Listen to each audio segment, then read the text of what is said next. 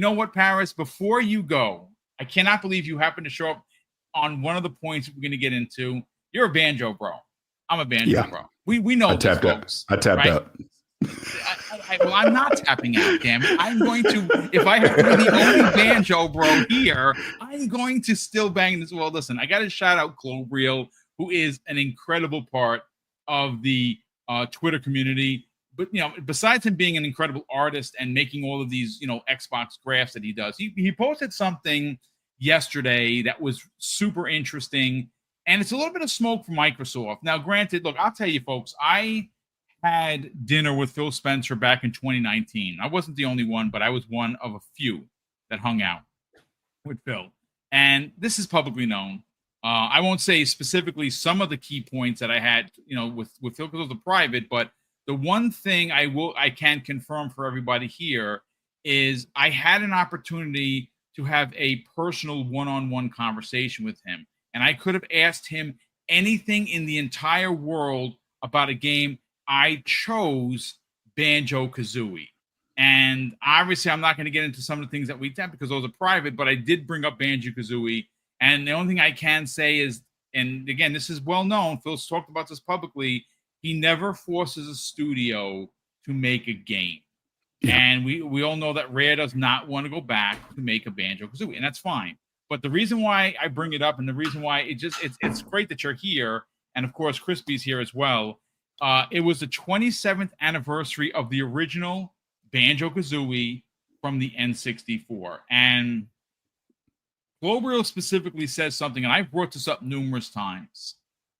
If you ever want to see elation from a community that makes you kind of pause and kind of choke up a little bit about how excited you are for them, he specifically points out, and I'll read verbatim what he said, the best recent moment of the Bear and the Bird had was the addition to Super Smash Bros. By Nintendo, celebrated by a huge community hype. They deserve better. And folks, if you, again, I'm getting goosebumps talking about it because I've probably watched these videos hundreds of times because I'm a big nerd and I make no excuses for it. But if you just watch how the community, the Smash Brothers community got so excited with Banjo Kazooie joining, it was incredible. And again, Karis, I know you said you've tapped out. I refuse. I absolutely refuse. I don't know when it's going to happen. I know that there's been some talk about Toys for Bob working on, you know, something. Maybe it is Banjo Kazooie. I don't know. I know that they're doing Spyro because everything they tweet about is purple. So it kind of just lays the door that they're doing something Spyro. And Spyro's a great character, but they literally said last year, at the closing of the year, that they want a shot at the Bird and Bear. They said that. They literally said it publicly. So I mean, I hope that this happens. But I mean, again, this is not a major topic. Paris is here. I'll get Crispy's opinion in a second. Do you think that he's onto something that you honestly believe that these characters, these iconic characters, deserve better? Because I think that they do. I honestly. Well, yeah. I mean, of course, I think they do. I think it really just comes. Let's just put it this way. Someone way smarter than me told me this. It comes down to, number one, like you said, you have to find a studio that actually wants to do it, that has an idea to do it. You then need to pitch that idea. That idea needs to be profitable. Yes. So if they don't think, number one, if they don't have a studio that can do it, and even if a studio like Toys for Bob's, yeah, we would love to do it. Okay, what's your idea? We don't know. All right, do we think this is going to sell to the masses? We don't know. Then they're not going to greenlight it. I mean, unfortunately, it's that simple when it comes to this stuff. Money. That it's a business and it has to work. And I've had enough people tell me that while I might have the nostalgia factor for Banjo, just like you, maybe this Banjo Kazooie isn't going to resonate with a more modern audience. I don't know. That's what people have told me. So I'm like, I get it. You know that, but look, I'll say this. Okay, so I have to be careful about what exactly I said. I did pitch something to Phil. I did. I'll tell you off the air what I pitched, and I'll tell you what he said. I had a pitch. I literally went there, and it always kind of just hangs out in the back brain pan, this idea that I have and why I think it could work. Why I think, and again, I hate putting on the business hat, but Paris is right. It's about money. How this actually could work and could be profitable. I pitched it. Again, I'll tell you off the air, Paris, when we have a private conversation about how Phil responded and what he had to say. I don't know if it's ever going to come to fruition. I'm not a developer, folks. I'm just a fanboy. I just love Banjo Kazooie, and as much as I would just love to go back and play the originals, I have, and I consistently at least once a year go in, play it for a couple hours, unlock a few achievements. It's old, man. We need some modern Banjo Kazooie action in our lives.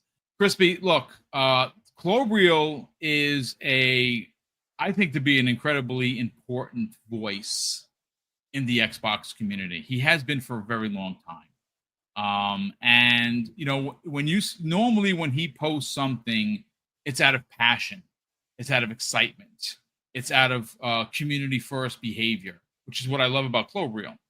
And specifically, and again, folks, I know that this is probably gonna, we'll get out of here in a little bit. Maybe this is the conversation you're yawning. I get you. I understand. And even like Paris said himself, he's tapped out.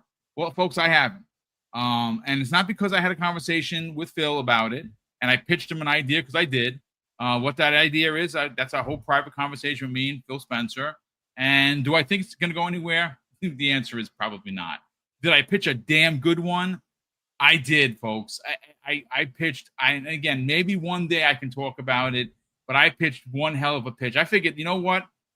I'm going to take this 15 minutes. I got a seat, and I'm just going to go for it. And that's exactly what I did. Now, whether or not this comes to fruition, and I'm putting this out to the universe, maybe when this game does come out, so what I did there, folks, maybe when this game comes out, he brings me up on stage to unveil it with Paris. That would be the dream. Like, oh my God, I'm on stage. Let's go. But I just want to reread what Clobriel had to say. And he says, the best recent moment for the bird and the bear, or the bear and the bird, had been when it was announced to be, they were announced to be a part of Smash Brothers by Nintendo, celebrated by a huge community, and it's hype. They deserve better. Look, are they going to sell 10 million copies of Banjo Kazooie? Is it going to be as well received as something like Astrobot? Like, Astrobot doesn't have the sales, but it has. I mean, the game is great, man. And please, folks, don't throw the virtual tomatoes at me for it. It's a really, really, really good game. And I know a lot of people hate it just because it's a PlayStation game and it's because it didn't sell and all these other. I get all of that, but my God, it's such a love letter. If you are a fan of PlayStation, and I'm not saying Sony, I'm saying if you're an OG like me and you imported the PlayStation 1, you imported the PlayStation 2, and at some point we didn't have to import anymore, and you've had every PlayStation before 4 and 5, you'll appreciate this game because it is a love letter to their classic IPs. It's just an adorable, fun little platformer that did not sell as well as it should have. PlayStation fans should be talking the way I'm talking about it, and they don't give a shit. But that's fine. Let's bring it back to Banjo Kazooie. What are your thoughts on this, Crispy? Again, I believe that there is an opportunity because of Game Pass to have something like this exist. Some people will say, well, no, Boom, Hi-Fi Rush, Laura talked it about in her video, and they closed the studio. Okay, I mean, if that's what you're going to go with, that's fine. There's reasons why they closed the studio, and of course, we were totally against that. I still am. I think Hi-Fi Rush is one of the best games of the generation, especially if you are an old school Sega fan. This screamed Jet Set Radio times 100. I loved every second of Hi-Fi Rush, and I'm saddened that we're not going to get a sequel. Maybe one day we do, but I think that there is a place on Xbox, specifically Xbox Game Pass, for Banjo Kazooie. And why I say that is because maybe it doesn't get 5 million new subscribers like a Call of Duty would, but it does bring a new avenue for family gaming. And I don't know about you, Crispy. I know you've talked about it. I've talked about it. I game with my family all the time. If I'm not playing Animal Crossing with Mrs. Boom, I'm playing something with Tyler. And a banjo game on Game Pass would be something that we could play together. That's one of the things that's there are two, I think, big holes in Xbox Game Pass for its genre catalog. Family-friendly games is one of them. Now, yes, there's been Spyro. Yes, there's been Crash. In fact, Crash 4 just launched last week. That's awesome. But there's not enough family games, and there's certainly not enough fighters. And this is where I keep saying Killer Instinct 2, where are you? Banjo Kazooie. What are your thoughts, Crispy? Well, yeah, and I can't believe I'm going to do this because, like, I'm not the biggest Banjo fan, but my fiance is. There you go. Like, crazy Banjo fan. Don't get me wrong, I did play it and beat it on the N64 back in the day.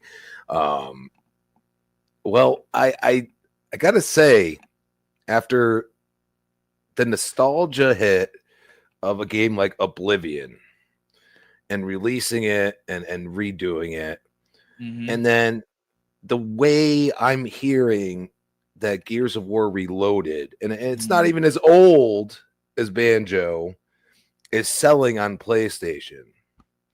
And I know, you know, we've all talked about this, but if Astrobot released multi-platform, I think it would have been a far bigger success than people realize. And I believe it, at last time I saw, it was like 2 million, something like that. It sold. I don't know. Like, you can go look at the numbers. I'm not going to do that right now. So imagine if it released on Xbox. Well, okay, 4 million. That's not bad for a platformer. I mean, especially nowadays. You know, just, you know, add a 2 million in there, and then I think that would be logical.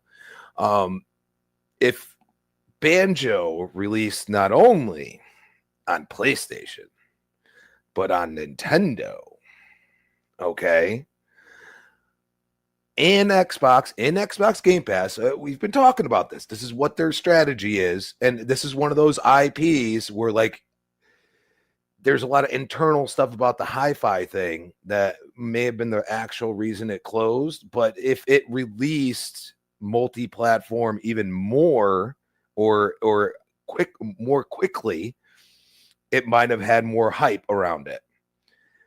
There are certain IPs that deserve to be remade or at least a new release, and they also may not hit everybody on one single platform.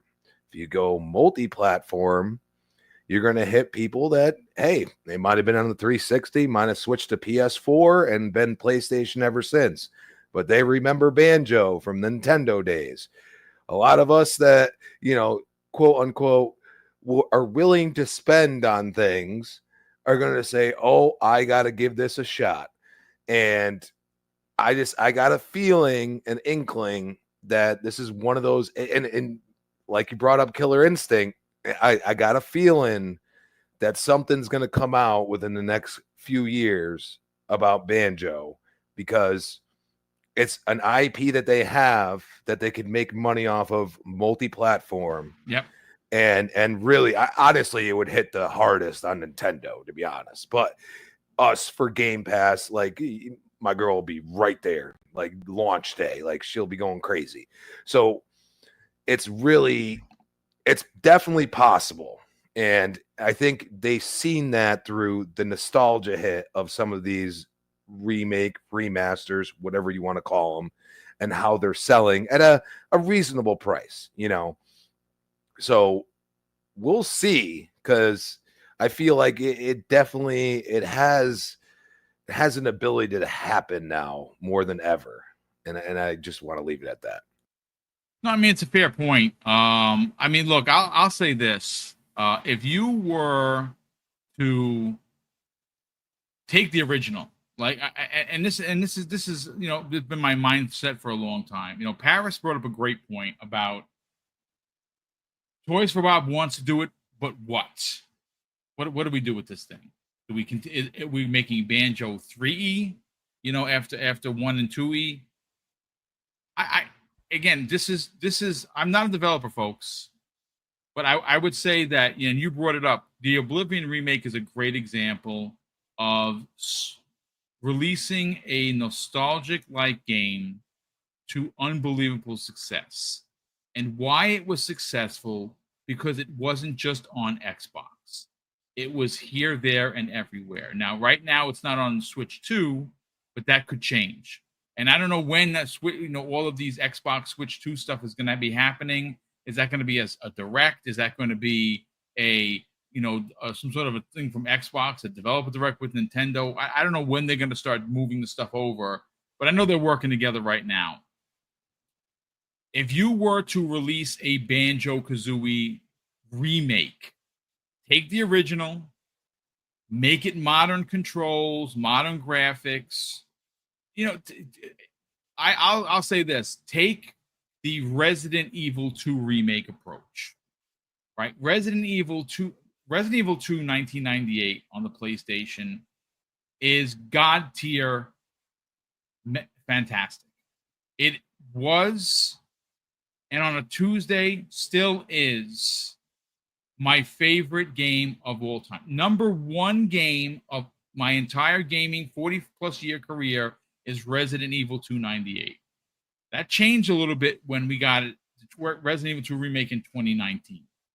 It was incredibly done, packed with passion, everything I could want with a remake, with some added stuff on the back end. It was just an incredible experience. So on a Friday, I'll say that's my favorite. On a Tuesday, it's Resident Evil 98. They go back and forth because I love Resident Evil. It's my favorite franchise of all time. Resident Evil 2 is my favorite game of all time. There's no doubt about it.